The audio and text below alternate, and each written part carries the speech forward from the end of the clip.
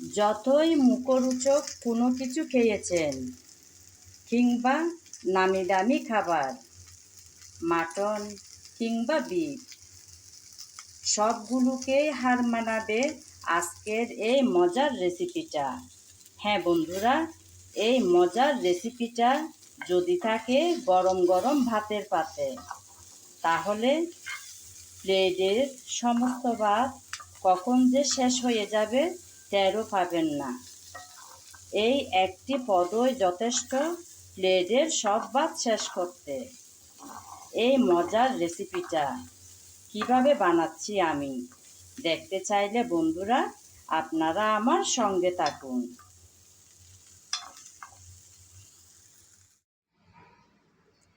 নমস্কার বন্ধুরা, কেমন আছেন সবাই? আশা করি সবাই ভালো আছেন, সুস্থ আছেন আর নিরাপদে আছেন। আমিও আছি মোটামুটি। প্রতিদিনের মতন আজকেও চলে আসলাম নতুন একটা রেসিপি সঙ্গে নিয়ে।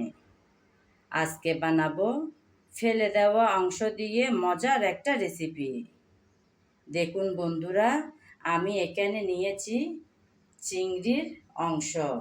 যখন আমরা চিংড়ি মাছ কেটে থাকি তখন এই মাথার অংশটা বাদ দিয়ে সে চিংড়ি মাছ রান্না করে থাকি। এই ফেলে দেওয়া অংশ দিয়ে আজকে বানাবো মজার একটা ভর্তার রেসিপি। তাই তো নিলাম কিছুটা পরিমাণ চিংড়ির মাথা, সঙ্গে নিয়েছি কাঁচামরিচ, ধনেপাতা আর পেঁয়াজ রসুন। এগুলো দিয়ে বানিয়ে নেব সেই মজার রেসিপিটা। চলুন এবার রান্নায় চলে যাওয়া যাক। রেসিপিটা বানাবো বলে চুলায় একটা প্যান বসিয়ে তাতে দিয়ে দিলাম কিছুটা পরিমাণ তেল। তেল হালকা গরম হয়ে আসছে। সেই গরম তেলে প্রথমে আমি চিংড়ির মাথা ভেজে নেব। তাই তেলের মধ্যে দিয়ে দিলাম। এখন দিলাম হলুদ, তারপর লবণ,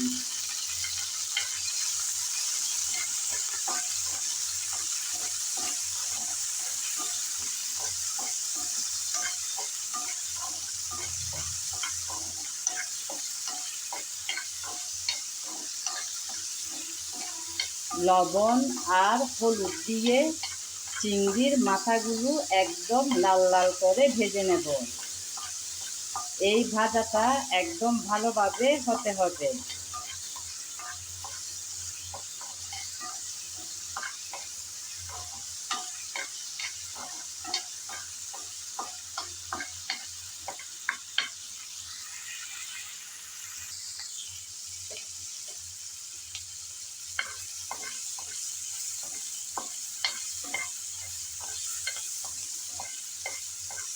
কিছুক্ষণ নেড়ে চেড়ে চিংড়ির মাথা ভালোভাবে ভেজে নিলাম।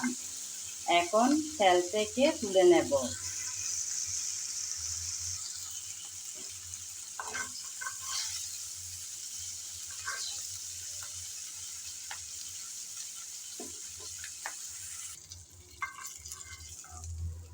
একে একে সবগুলো তুলে নিলাম। এখন এই চিংড়ি ভাজার তেলে দিয়ে দেব পেঁয়াজ আর রসুন।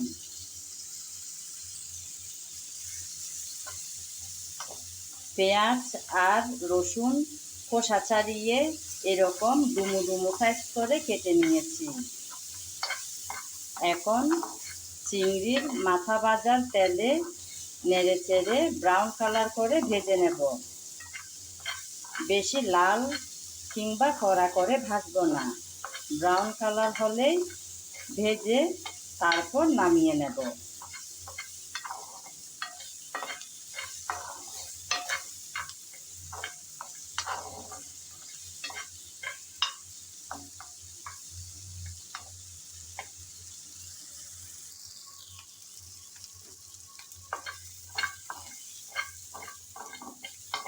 কিছুক্ষণ নেড়ে চেড়ে হালকা ব্রাউন কালার করে পেঁয়াজ আর রসুন ভেজে নিলাম। এখন এই পেঁয়াজ রসুন সাইডে সরিয়ে রেখে মাঝখানে দিয়ে দেব যে কাঁচামরিচ রেখেছিলাম সেগুলো।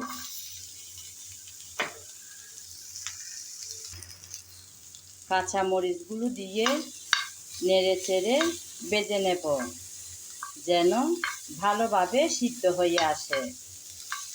আমি কিন্তু আর তেল ব্যবহার করব না। শুরুতে চিংড়ি ভাজার সময় যে তেলটুকু দিয়েছিলাম সে তেল দিয়েই সবগুলো ভেজে নিচ্ছি। নেড়ে চেড়ে একটু মিশিয়ে নিলাম। চুলার আগুনটা কিন্তু একদম ছোটো রেখেছি যেন ভালোভাবে ভাজাটা হবে আর পুড়ে যাবে না।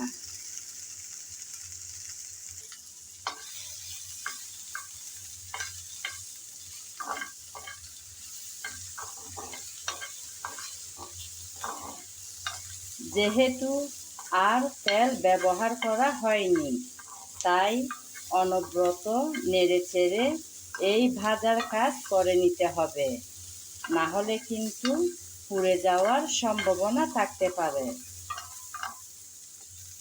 যে কোনো রান্নায় পুড়ে গেলে কিন্তু খেতে একদম বিশ্রী হয়ে যায় পোড়া পোড়া স্মেলের কারণে।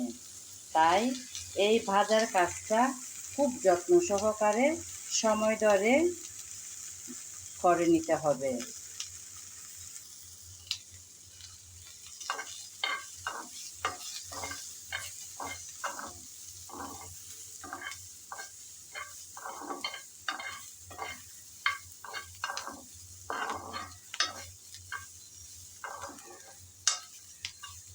সবাই তো করে থাকেন মরিচের ভর্তা, নিশ্চয়ই খেতেও হয় দারুণ।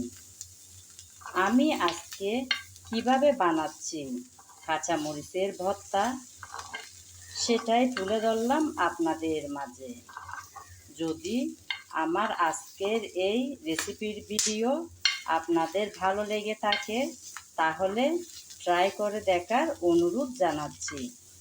মন্দ হবে না কিন্তু খেতে, গ্যারান্টি আমি দিলাম।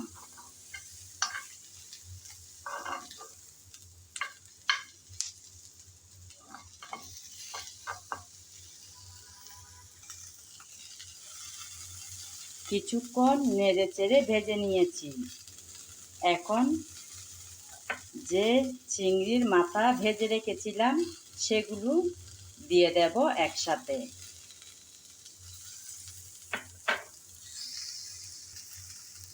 তারপর দেব কিছুটা ধনেপাতা রেখেছি, সেই ধনেপাতা দিয়ে দিলাম। ধনেপাতা আর চিংড়ির মাথা দেওয়ার পর আবারও নেড়ে চেড়ে মিশিয়ে নেব।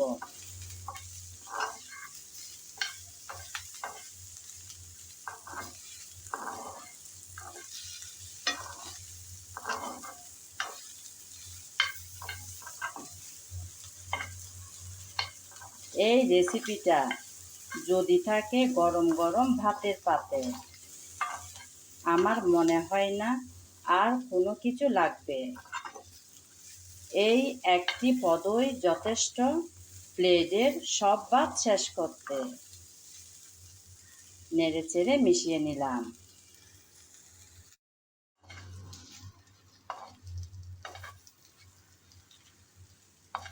সবগুলো উপকরণ ভালোভাবে ভেজে নিয়েছি। একটু লক্ষ্য করে দেখবেন বন্ধুরা আমি কীরকম অবস্থায় ভেজেছি। এই চিংড়ির মাথা, কাঁচামরিচ, পেঁয়াজ আর রসুন সঙ্গে ধনেপাতা। কিছু কিছু টিপস ঠিকঠাক ফলো করলে সবার রেসিপি হবে অসাধারণ খেতে। দেখুন বন্ধুরা আমি কিন্তু একদম পোড়া পোড়া করে ভাজিনি, হালকা ব্রাউন কালার করে ভেজে নিয়েছি পেঁয়াজ রসুন, আর লাল লাল করে ভেজে নিলাম চিংড়ির মাথা সঙ্গে কাঁচামরিচ, তাও ভেজে নিয়েছি হালকা করে। সিদ্ধ হবে কিন্তু একদম পুড়ে কালো হয়ে যাবে না, সেভাবেই ভেজে নিয়েছি। এখন চুলা থেকে নামিয়ে নেব। চুলা থেকে নামিয়ে ঠান্ডা করে নেব। ততক্ষণ আপনারা আমার সঙ্গে থাকুন আর দেখতে থাকুন কিভাবে আমি এই মজার রেসিপিটা বানাই। সবগুলো উপকরণ ভেজে নেওয়ার পর চুলা থেকে নামিয়ে নেড়েচেড়ে ঠান্ডা করে নিয়েছি। এখন এই সবগুলো ভেজে রাখা উপকরণ আমি এখন একটা ব্লেন্ডারের জারে নিয়ে নেব। আমি তো আজকের এই রেসিপিটা বানাচ্ছি ব্লেন্ডারের জারে ব্লেন্ড করে। আপনারা চাইলে শিলপাটায়ও এই কাজটি করে নিতে পারেন।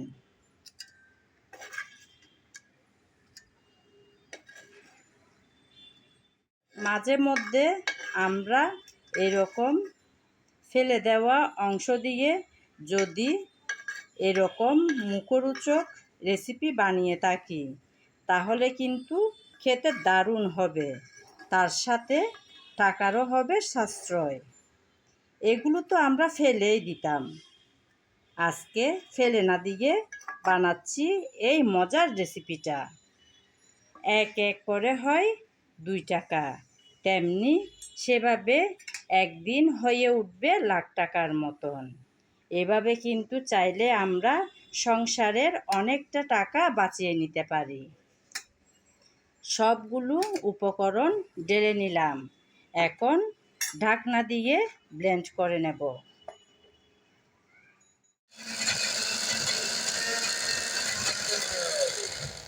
রেডি হয়ে গেছে বন্ধুরা মজার ভর্তাটা।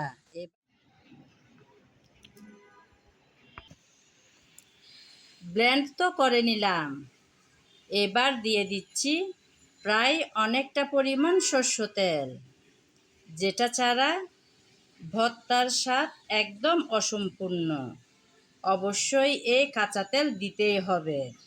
আমিও দিয়ে দিলাম বেশ অনেকটা পরিমাণ সরষের তেল। এবার এই তেলটুকু দিয়ে ভালোভাবে নেড়েচেড়ে মিশিয়ে নেব।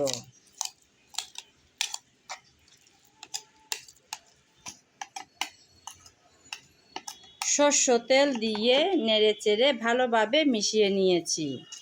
এবার পরিবেশনের পালা। এখন এটা একটা সাইডে সরিয়ে রাখলাম। পরিবেশনের জন্য একটা বাটি নিয়েছি। এই বাটির মধ্যে একে একে সবগুলো ভর্তা তুলে নেব। গরম গরম ভাতের সাথে এই ভর্তা যদি থাকে কি যে ভালো লাগবে খেতে। তাই তো বলছি বন্ধুরা, আবারও আপনাদেরকে একবার হলেও ট্রাই করে দেখার, মন্দ হবে না কিন্তু খেতে। এখন তো বর্ষার মৌসুম, বৃষ্টি বাদলের সময় মাঝে মধ্যে একটু স্পাইসি কিছু খেতে ইচ্ছে করে। চাইলে তখনও বানিয়ে নিতে পারেন এই মজার রেসিপিটা।